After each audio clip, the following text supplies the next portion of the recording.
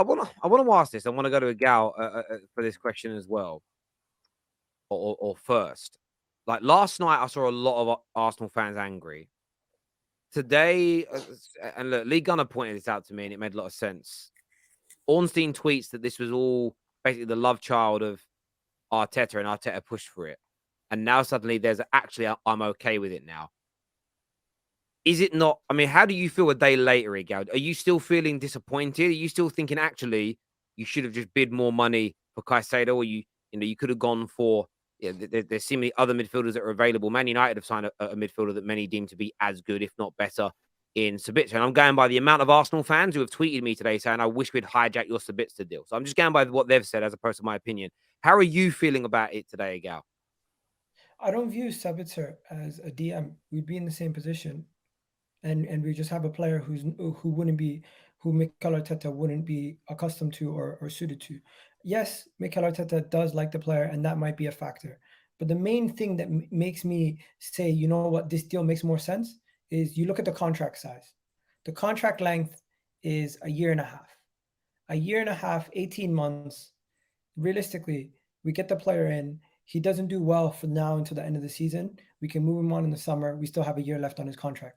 And even if he does do well from now until the end of the season, and we potentially do go on to win the Premier League, we have an option to keep him for the remainder of his last for his contract, and then one more year. So personally, it's not that bad of an issue in my opinion. When it comes down to going for Casado, I would have preferred if we went for Casado. I still would have hoped that we would have made more of an effort to sign Casado, but it seems like that they didn't want to sell, and maybe we just weren't willing to go to the ridiculous prices that they wanted us to pay. Personally, I didn't care. I felt like Casado was the better potential, the player that was a long-term signing, and we kind of broke our mold to just get somebody in. But at this moment in time, it's not who Arteta likes, it's who Arteta was willing to accept coming in late in the window. And I don't think there was anybody else that they were looking at that they were willing to accept to come in. I'm not now going to sit here and bash Jorginho signing. Yes, I didn't want him, but at the end of the day, he's here and I'm going to back him. And at the same point, I'm not going to be one of those people who are going to be like, you know what? Oh, start gassing him up, hyping him up. He's a serviceable player. He's a Premier League proven player who's won the the Euros. He's won the Champions League. He's won, I think, the Europa League even with Chelsea. He's got a lot of silverware under his belt, and that's some added experience we can bring to the table. A reasonable deal, and you know what? It's nowhere comparable to the situation we found ourselves in when we're bringing in Willian, David Luiz, or any of these guys. Because when we brought them in, they all started right away. Jorginho's not coming in to start right away. He's coming in as a backup, and I'm okay with that. So what made you change your mind then? Because obviously yesterday on the stream when the I news just said broke, it. you yeah, but again the contract length as an example. But I'm not talking about the fact you can get rid of him in the summer or not. I mean, you got rid of William pretty quickly. He had a long term deal that was worth huge money, and you still able to get rid of him. What I'm asking about is every player in the world is for sale if you're willing to pay the right price. So with Caicedo, and the point I'm making is, do you think this is enough to get you over the line to win the league? Because for me, that's what Arsenal fans should be focusing on, not the kind of micro arguments around sort of, yeah, but this is better business. We can move him on in the summer. We can go again in, as long as Caicedo doesn't join Chelsea, we can go again in the summer. We'll be in the Champions League. We'll have more money. It's okay. We can wait 6 months. Do you think this is a good enough signing? Also, with Lokonga leaving, you have improved your backup. There's no doubt. But with Lokonga leaving and Ernie out, you've basically got three fit midfielders. Is it good enough business, in your opinion, to now win the league? First of all, Lokonga is useless. Absolutely useless when it comes to the final end of the season. I've already told you guys this numerous times. Lokonga needed to be loaned out. He was not going to benefit us in the Premier League or in the Europa League come the business end of the season. So in that aspect, Lokonga wasn't going to help us. Keeping Lokonga and not signing nobody, we'd be in a worse position. Of course, I would have liked us to go sign Casado. Of course, I would have wanted us to go spend more money. We didn't do it. What am I going to do? Am I going to go cry about it? Terry, at the end of the day, this team is quality That enough. is This the team, team is quality let enough. me But finish. I'm I'm going to not answer asking you your to cry. question. Answer it then, I'm please. answering it. I'm answering it. You're just not letting me get to my point. Okay. Then if we go from here, forget about ifs and buts. We're quality enough at this moment in time where we are to get to where we are with the team that we have. We're adding an experienced midfielder who's already won a lot of trophies and adds more experience to this team, and he's only going to help us at this point. So we're only going to get better from here. I'm not thinking that we're not going to drop off. If anything happens from here on out, the only thing that we can say is it's our fault. And it has nothing to do with Jorginho or not signing thing. So I'm not going to look back at this moment and say, "Oh, we should have signed." So in your opinion, if you don't win the league now, you don't think if you would have bid extra money and paid better contracts, if you'd have signed Mudryk, say you don't win the league, you don't think the idea of missing out on Mudryk, missing out on João Felix, and missing out on Caicedo would have any significance at all? First of all, your first question, you didn't mention Mudryk. And but I'm talking about your transfers in general. And the reason I bring them in is because you've just said that what's happened with Jorginho and Caicedo is going to have no bearing on your season. It's just going to be on your team's fault. But the point is, you can add extra quality to your team, and you're making it sound. And again, I'm not arguing with you. I'm trying to understand exactly what you mean, because you talk in riddles sometimes, or maybe it's because I don't. Saying what you're saying. Or maybe I just don't have the brain capacity to understand you. What I heard was you've just said that Jorginho or Caicedo, there's no difference. And if we don't win the league, it's nothing to do with the January window. Or did I mishear that? No, I fully said to you, I would have preferred Caicedo, but the fact that we got Jorginho at this moment in time, there's no difference. We still go as business as usual. I still believe we can win the league. Okay, I'm not saying, I'm confused, Terry. What's your point? Are you trying to get a got you moment? What is it? No, I'm trying to understand, because my question was, are you confident winning the league with this deal? The answer should have been, yeah, I'm still confident with this deal. But you went on a long speech, and the way it sounded at the end was, it's not about the transfers, it's about whether the team is good enough or not. And it sounded as if you were saying, and what I'm trying to do is not catch you out. I'm trying to understand what you mean, because you lost me, bruv. It sounded like. So let me just finish. Let me finish. No, hang on a minute, because you're interjecting. You don't know what I'm going to say. I asked. It sounded like you said. So sounded like doesn't mean you said. It means sounds like you said that this transfer has no bearing on the outcome of the season. I'm saying going back and looking back at it shouldn't be the thing. We shouldn't be reminiscing on something that we missed out on. Based on where we are right now, we should still be able to be confident enough to go on and win the league. That's all I'm saying. Sorry, Brent. So you are saying that this is not significant? What are you talking about? So I need someone else to interject here. Am I missing that, or am I right? I don't know. I feel like I'm being horrible. Like, he's saying there's no significance in this deal.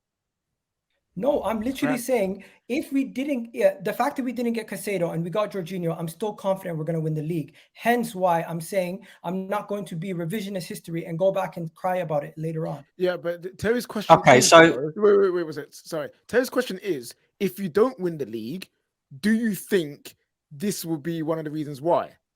If you don't win the league, no, because there's going to be other factors. It's not going to be. But Terry's acting. Is this going to be a factor? Is that of the many factors that could happen? Is the fact you haven't signed a replacement that's sufficient enough to replace Thomas Partey? Is that going to be one of the factors? Listen, we know that we've signed a player that's a different profile, similar to how Manchester United just signed Sabitzer, who's a different profile to Eriksen. Doesn't necessarily mean he's going to fit in right away, but at the same time, they're a backup. They're not a starter. As long as let me ask you this, as long as Partey doesn't get injured. Sorry, Igal. The difference is we weren't going for Frankie De Jong and ended up with Sabitzer. Sabitzer is literally a backup option on loan because of an injury that we've got. You were going for a long-term Caicedo deal worth 70-odd million. You've ended up with a much cheaper alternative and a very different style of player. I'm asking, are you happy enough with that? And do you think it's enough, along with Trossard and along with Jacob, to now win the league? The answer is yes, then just say yes to it. You saying it has no bearing in significance? Yes, 100 times. But you didn't. But you said that this won't be a factor, and it's about whether the team's good enough. I'm not going to look back in history and say, actually, we should have signed better players. If that's the case, then there's no need to even worry about transfers. All transfers in summers and Januaries have impacts on how well our teams play. Come on, man. You know this. Of course it will be a factor, Terry, man. Simple, yes. Let me ask you this again, right? Let me ask you this. Go ahead. If Thomas Partey was to get... If Arsenal was to tweet right now, yeah, Thomas Partey is out for 2 months. Are you confident that Jorginho can come in and do what Thomas Partey has been doing for Arsenal without any major drop off in our win percentage and performances? No, because so of course it plays a factor then. No, because you're going to change the way you play. Igal's saying, regardless of what happens with the Partey being injured, Jorginho and Partey are not the same thing. So effectively, those factors don't line up. I think that's what you're trying to say. I get that, but that isn't the factor I'm focusing on. The focus is this: your club has decided to not pay whatever they needed to get Caicedo. Caicedo is more of a match, right, to Partey. Am I correct in saying that? Yeah. Okay.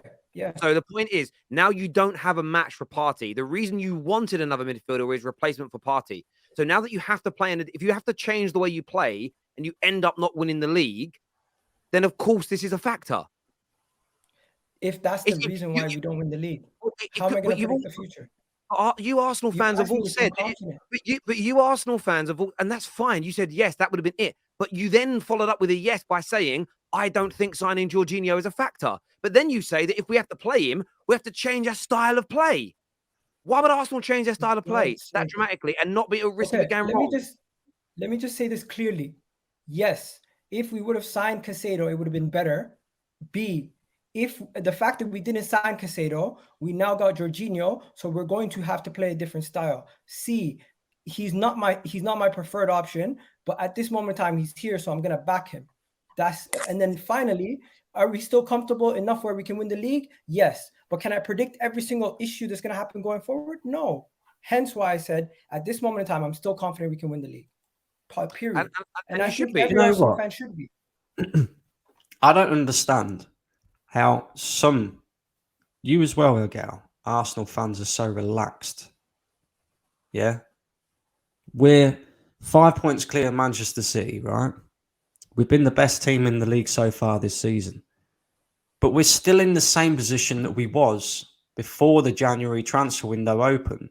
Now the January transfer window is closed. We're all sitting here saying we are one Thomas Partey injury away from it all falling apart. Jorginho doesn't change that. Jorginho doesn't change that, bro. Yeah? Yes, he does. How? We went from having to play Lokonga in the midfield to an experienced midfielder who helped his team win a Champions League, a friggin' Europa League, and winning a friggin' Euros. And you're telling me we are in the same position that we were prior to the window. That is delusional, my friend. We've now signed 3 players.